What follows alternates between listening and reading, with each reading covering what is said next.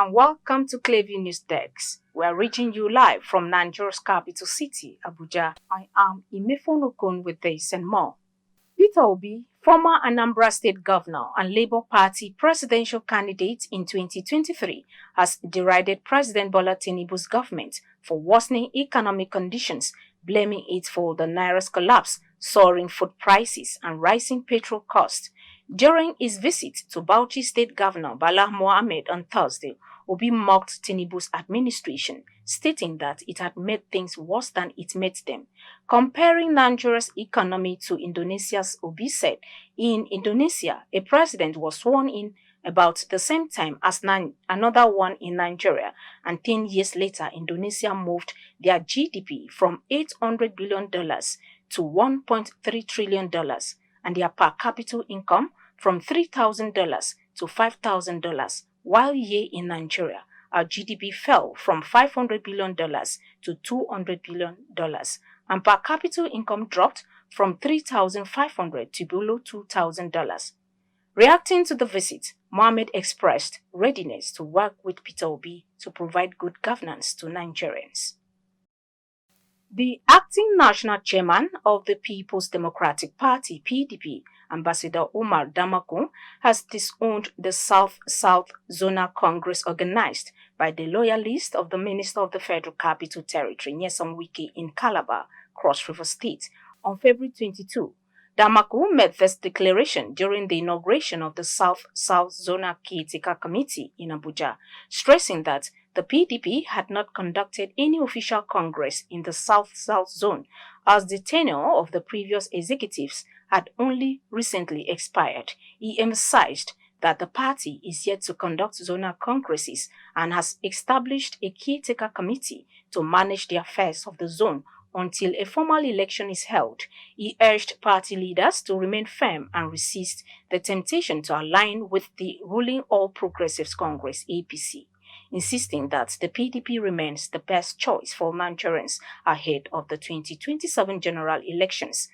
According to Damagum, the PDP's longevity and experience over the last 27 years offer the best guarantee for real change. Damagum expressed disappointment over some party leaders allegedly supporting the current administration out of fear, with the PDP leadership reaffirming its commitment to internal democracy. The party's focus now shifts to organizing a credible and transparent zonal congress in the South-South region. The leader of the indigenous people of Biafra, Nnamdi Kanu, will appear before a new judge on March 21, 2025. It was gathered that Kanu will appear before Justice James Omotosho of the Federal High Court in Abuja. Speaking with journalists, Kanu's lead counsel, Aloy Jamako, said the legal team is prime and ready. Jamako, however, disclosed that Kanu's legal team has not been served with the charges he will face before Justice Omotosho. Recall that Kanu, who has been facing charges over his pursuit for the actualization of Biafra, had in September 2024 challenged Justice Binta Nyako of the Federal High Court in Abuja to rescue herself from his trial. Following his call, Justice Nyako rescued herself, but the Chief Judge of the Abuja Federal High Court rejected her decision. In December, Justice Nyako adjourned Kanu's case indefinitely. Against this backdrop, Kanu vowed never to appear in court until an impartial judge is appointed to preside over his case. A controversial social media critic, Martins Vincent Otse, popularly known as Very Dark Man, has reacted after a Chief Magistrate Court in Use Zone 6, Abuja, issued a bench warrant for his arrest for criminal defamation of the reputation of gospel artist Mercy Chinwo. Recall that Magistrate Emmanuel Inyana had issued a bench warrant on Thursday, March 13, 2025, when Very Dark Man failed to appear before the magistrate following a court summons issued on March 5, 2025 for him to do so.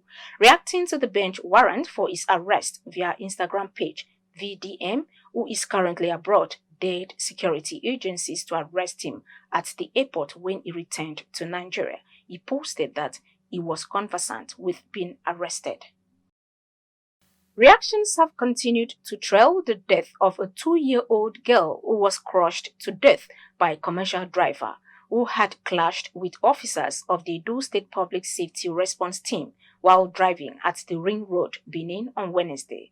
An eyewitness who craved anonymity said the incident had occurred when a PSR agent attempted to seize the steering wheel of the moving vehicle, causing the driver to lose control and rammed into a roadside POS kiosk where the young girl and her mother were standing, killing the child instantly. Reacting to the incident, human rights activists who witnessed the event condemned the act and pleaded with the government to educate the personnel on how best to do their work, rather than using outdated methods in the 21st century environment. He said the responsibility of the government is to protect citizens and not what had happened, and condemned the development in all its ramifications. Also reacting, Boki Ukiamo, one of Governor Mondo Okwehodo's aides, said in a statement on Thursday that the Edo State governor was saddened by the loss of the girl, adding that the government will conduct a comprehensive review of the team structure and operations, particularly in the areas of personnel recruitment, the scope of its authority, and its engagement procedures with the public. The statement also added that the government appeals to all Edo residents to remain calm as the government works to address the issue with urgency and sincerity.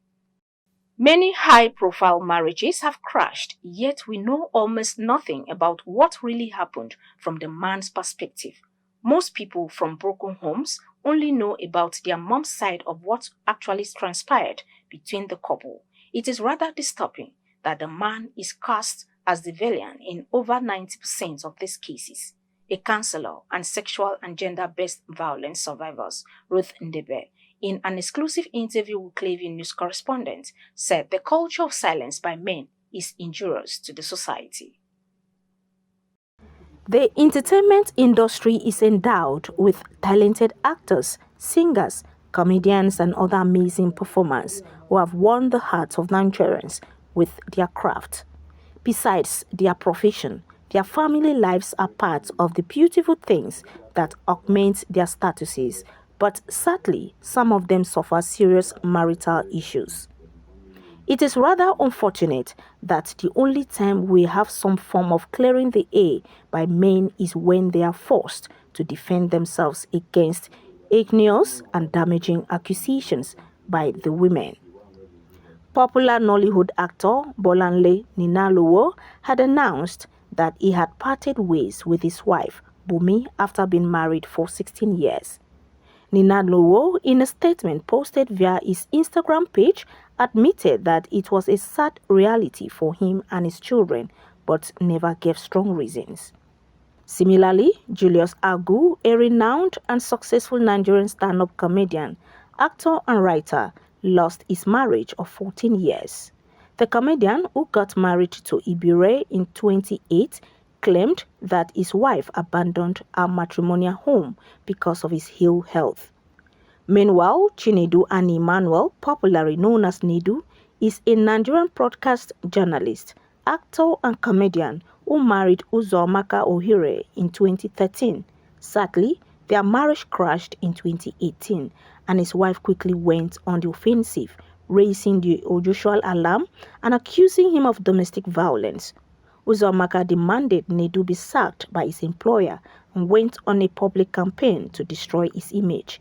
The comedian, who claimed his marriage has been dissolved, was attacked with a contrary statement by his wife, who challenged him to produce the divorce papers. However, truth was revealed when Nedu on September 4, 2021 responded to his wife's allegations, denying that he physically violated her while claiming that their first son is not his. In a related development, popular comedian Basket Mouth shockingly announced his separation with his wife without giving details. Have we really heard anything from Paul of P-Square on why his marriage with Anita crashed?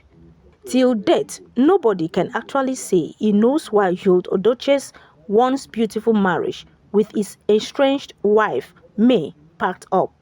While we have heard a story, almost nothing have been heard from Yod Odoche. Most recent is Two-Face Idibia, who has not said anything about his divorce saga with Annie amid public speculation. Meanwhile, AY only came out to respond to his wife's serious accusations, but still, he didn't say much. Sexual and gender-based violence survivor counselor Ruth Ndepe, in an exclusive interview with Clavy News crew, said the culture of silence by men is injurious to the society. A lot of men are victims too, but half of those men are victims of fellow men. Do you understand? Half of those men are victims of fellow men. Just a few of them, a countable number of them, are victims of gender-based violence or victims of violence in their own homes. Do you understand? Then a society that mocks women for being emotional and empowers men for being strong cannot turn around and say that the men's ego or the men can't complain because they are shamed. Who shamed those men? It's fellow men.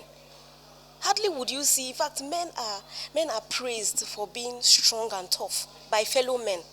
I don't see any woman who has praised a man for being so strong as much as a man would praise a fellow man. When a man cries in front of fellow men, they laugh at him.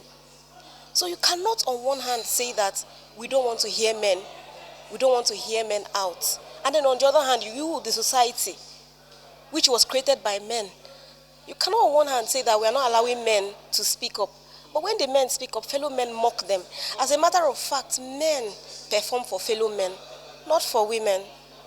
This has been my experience, and this has been the experience of the women I have been working with. Many are of the opinion that suffering in silence should not be a masculine virtue.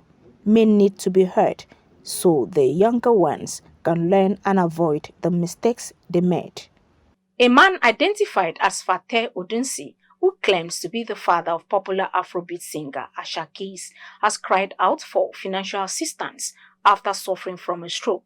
Odunsi, who is suffering a partial stroke, made the plea in a new trending video on social media platform. He accused Ashake of neglect, noting that the last time he saw him was when the sickness started in March 2022.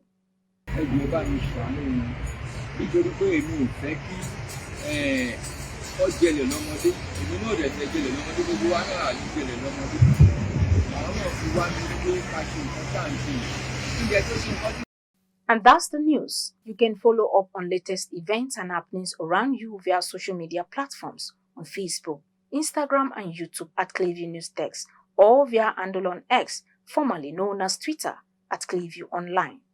Many thanks for watching. I am Imefonokun.